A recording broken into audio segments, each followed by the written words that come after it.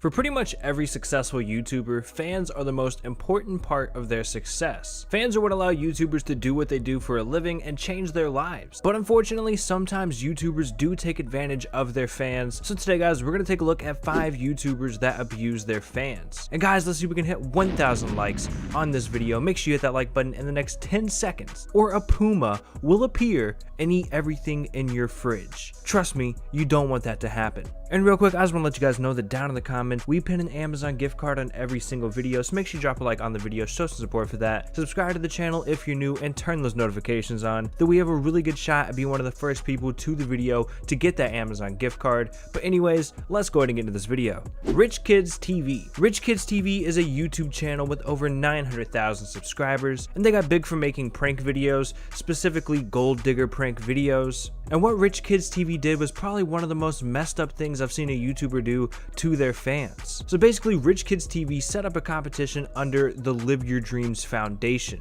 where himself and the viewers could donate to this charity, and a percentage of the money would go to the charity and the rest would go to the winner of this giveaway. So it was set up kind of like a raffle. To enter, you had to donate money to this charity, and the winner would receive a percentage of that money, and the rest of the money would go to this charity. But the Live Your Dream Foundation was actually his own charity. It was a charity that he created, so whatever the percentage was went to himself. It was said that the percentage was actually 90% goes to the charity and 10% goes to the winner of this giveaway. He actually raised over $60,000 for this giveaway from his fans, and now nobody really knows for sure, what happened to this money. Because like I said, the charity was actually his charity, and nobody really knows if he pocketed the money himself, because he's never actually shown any proof that the money went to charity. But it seems like a majority of the people think that he just pocketed this money for himself, leaving 10% to the winner of this raffle. Hello World Live Event. Hello World Live Event was an event set up by YouTubers for the fans. So instead of going to like a standard event like VidCon or something like that, this event was set up by YouTubers with promoters and stuff, and it featured YouTubers like Alfie Days,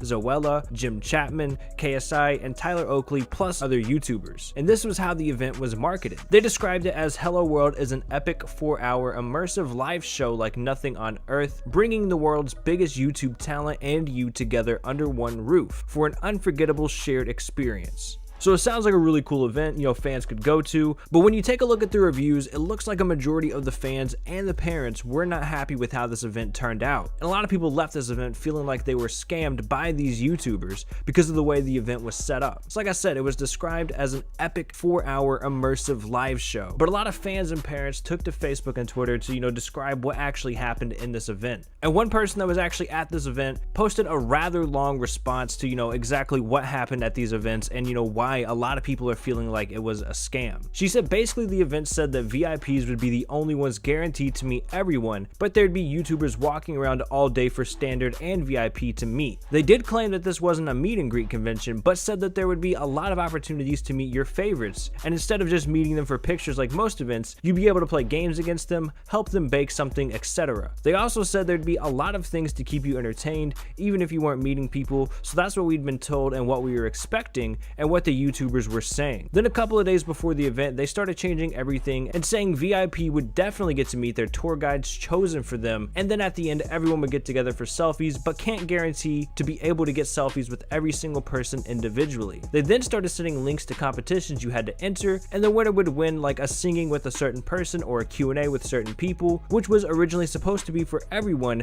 but they changed it 2 days before the event. The reality was that we got there and we got on tour with one person. Ours was Joe, which we were happy about, and they were still saying they would all get together at the end and do a Q&A, and then everyone would come down and get pictures with people, which sounded great. In the end, we got rushed meeting our tour guide, and there was literally nothing for anyone to do because there were so many people in such a small space, so no one could get near anything unless they had waited for hours or only set out to meet one specific person. I had also won a ticket to the Tyler and Tom Q&A, which I was happy about because they're 2 of my favorites, and on the email it said you could get up to 2 things signed and there would be a photo opportunity with them. So I tried to stay positive all day, thinking I'd at least meet with them, but in the end it was just them answering questions that had already been written down, and then they weren't allowed to meet anyone, so anything we got promised on the email didn't happen. So that person pretty much described, how a lot of people felt after, going to this event, and to me, it sounds like the event was, a good idea in theory, but maybe just too many people signed up to come to this event. I read that there was, around 2,000 people just trying to go through this one,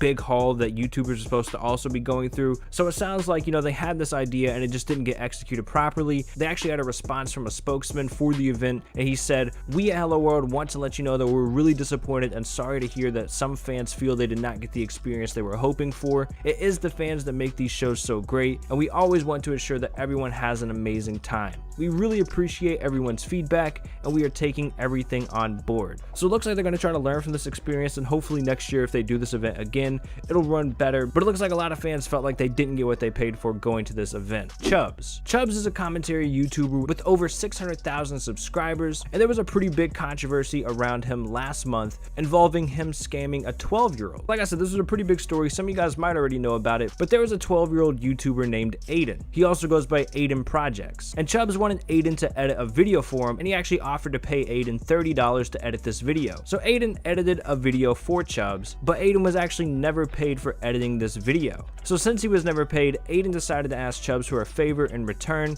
He asked Chubbs to record a couple of minutes of audio for, you know, one of his videos, so that he could have Chubbs feature in one of his videos. And keep in mind that Aiden was not paid the $30 for editing this video, so he just wanted a favor in return instead. But Chubbs said that he would only record the 2 minutes of audio if Aiden gave him $150. And Aiden actually agreed to that. He said okay, he sent the money to Chubbs, and Chubbs said that he would do the audio for his video. But Chubbs never actually sent the audio, and this went on for a couple of months. So Chubbs never sent the audio, he received $150, and he didn't pay Aiden the $30 originally for editing this video. And it took an exposed video from iNabber explaining this entire situation to get Chubbs to actually apologize and agree to pay Aiden. Chubbs responded on this video from iNabber saying, "Fair points, big man. Going to be fully repaying Aiden and will still be doing his audio clip. Was wrong for me to take advantage of him in that respect. Like I told you, your timeline isn't accurate. Some parts of the video aren't true and do make me look bad just because of that factor, but it's not something big enough to make it fully worth me arguing back. I deserve this fully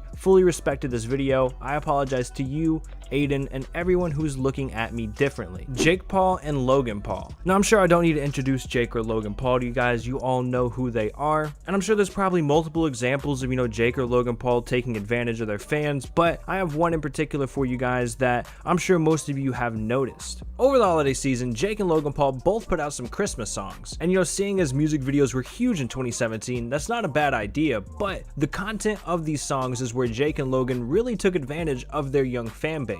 H3H3 actually did an entire podcast on this topic, and I'd actually recommend checking that out, you know, if you're interested in this. But, you know, basically they showed how Jake and Logan first started making music videos, and, you know, how they would plug their merch, you know, in a pretty innocent way in these music videos, making it, you know, kind of like a joke in the song. But when Christmas time came around, they really started aggressively promoting their merchandise in these songs. And these videos weren't even really content, they were more like an advertisement for their merchandise. And in these songs, they would say things that, you know, would make kids feel like they weren't cool if they didn't have their merch. For example, Logan Paul said, "You should get my new backpack, throw away that dirty sack." And he also said, "Take your gifts and give them back. Maverick merch is where it's at." And in one of Jake Paul's songs, he said, "Spend $100, free shipping, y'all. Go tell your mama she gotta buy it all." So with these songs, it seems like Jake and Logan are, you know, kind of manipulating their fan bases into thinking that they have to have this merchandise to be cool and to fit in, and that no gift is as good as buying their merch. Honestly, it just seems like they really started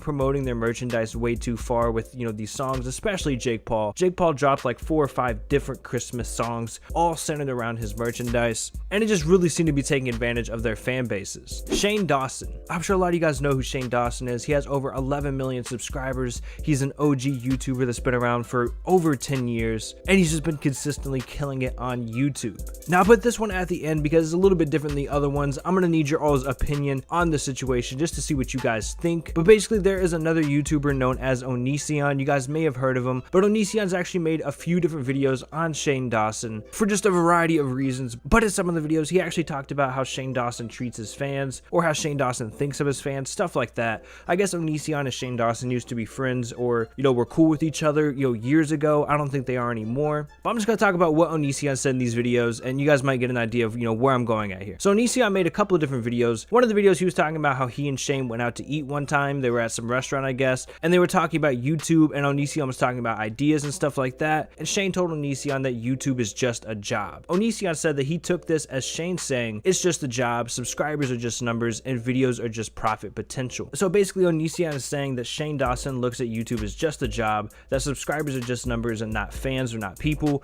and that videos are just there to make money. That's how Onision took that situation. And then there was another video Onision made where he reacted to a video of Shane Dawson talking about him. And in the video, Shane Dawson was telling a story about how he was suggesting that him and Onision have like a fake beef or a fake drama for, I guess, views. And Onision didn't want to do that because he didn't want to be fake. So if what Onision is saying is true, that kind of shows that Shane Dawson just looks at his fans as numbers and not really, fans, and that he would want to do fake beef just to, get views. But like I said, I want y'all's opinion on this one because I'm not really too sure. I've been a fan of Shane Dawson for a long time, and personally, I think Shane Dawson really does care about his fans, but there were some people that agreed with Onision. There's also a ton of people that disagree with Onision that are Shane Dawson's fans. So I just want you guys to tell me what you think about this one down in the comments, because really it all comes down to if you believe Onision or not, and I just want to know y'all's opinion on that. But anyways guys, those were 5 YouTubers that abused their fans. Hopefully y'all enjoyed this video. If you did, please make sure you hit that like button, subscribe to the channel if you're new, and turn those notifications on. It's been ExtractHub. We'll catch you guys later. Peace out.